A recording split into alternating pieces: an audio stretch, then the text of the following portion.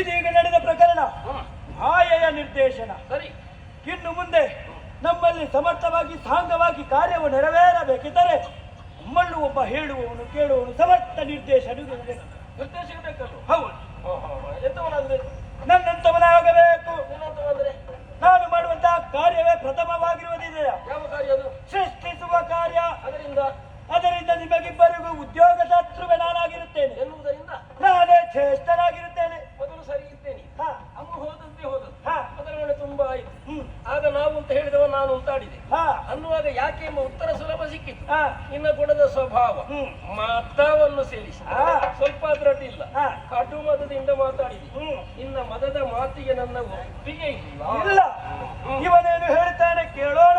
ನೀನು ದೊಡ್ಡವನಾಗುವುದಕ್ಕೆ ಇಲ್ಲಿ ಸ್ಥಾಪನೆ ಮಾಡುತ್ತಿದ್ದಾನೆ, ಹಾ, ನಾನು ದೊಡ್ಡವನಾಗುತ್ತೇನೆ ಎನ್ನುವುದನ್ನು ನಾನು ವಾದಿಸುತ್ತೇನೆ. ಹೇಗದು? ಮೊದಲನೆಯದಾಗಿ ಈಶಪದದರ್ಥ ಯಜಮಾನ ಯಾರಿಗೆ? ನಿಮ್ಮಿಬ್ಬರಿಗೆ. ಬೇಡದ ಕೆಲಸದವನಿಗೆ. ಹೌದು. ಹೇಗಾಗ್ತದದು? ನೀನು ಯಾವ ರೀತಿ ದೊಡ್ಡವನಾಗುವುದಕ್ಕೆ ಹೊರಟದ್ದು? ನನ್ನದಂತಹ ಉದ್ಯೋಗ ಅಷ್ಟು ಮಾತ್ರ